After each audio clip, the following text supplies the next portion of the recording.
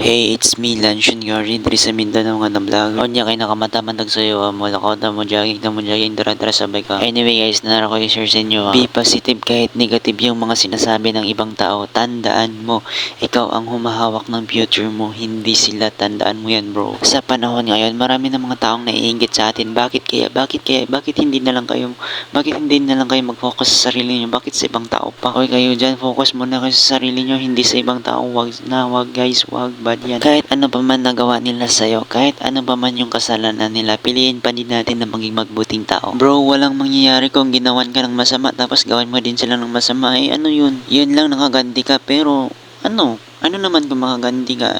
Diba? Yun know, guys, hindi nyo nalalaman. Hindi ako yung tipong tao na pag may kasalanan yung isang tao sa akin, gagantihan ko. Hindi ako yun. Marunong naman ako magpatawad pero may hangganan din yung baitan ko, Bi. May hangganan din. Kaya wag mo talagang uubusin ang pasensya ko, Bi. Wag mo talagang uubusin. Ibahin nyo ako sa mga taong maldito. Hindi ako yun. Alam nyo guys, may mga tao pwedeng mga high blood. Kunting kwan lang, kunting mali lang. High blood na ano yun? Hindi ka marunong patawad, bro. Bro, isa lang masasabi ko sa inyo. Piliin pa din natin maging mabuting tao.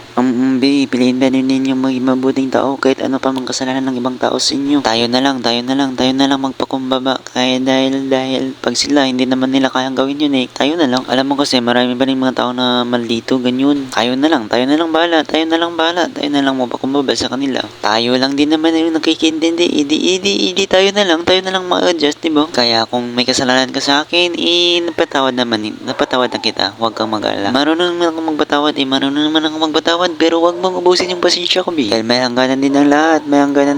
Depende sa kasalanan. Siyempre, marunong naman ako magpatawad. Marunong naman ako magpatawad. Kunti lang. Siyempre, pag hindi na kaya yung kasalanan mo sa akin, hindi pag-usapan na lang natin ng maayos, di ba? Yeah, that's simple. Ganun lang ka-simple, guys. Pag-usapan.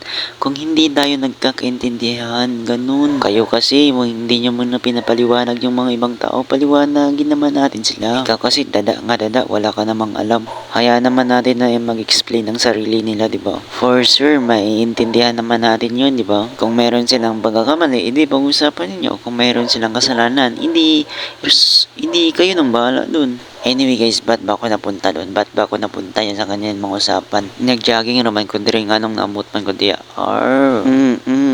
Pauwi na ako guys kasi medyo malayo na yung jogging ko kanina. So, kailangan ko nang magpahinga kasi pagod na ako. May pasok pa ako mamaya, Bi. Akala ko kasi suspended, hindi pala. Ba't kasi hindi pa sinuspended? Ala, ingat, love you, bye-bye.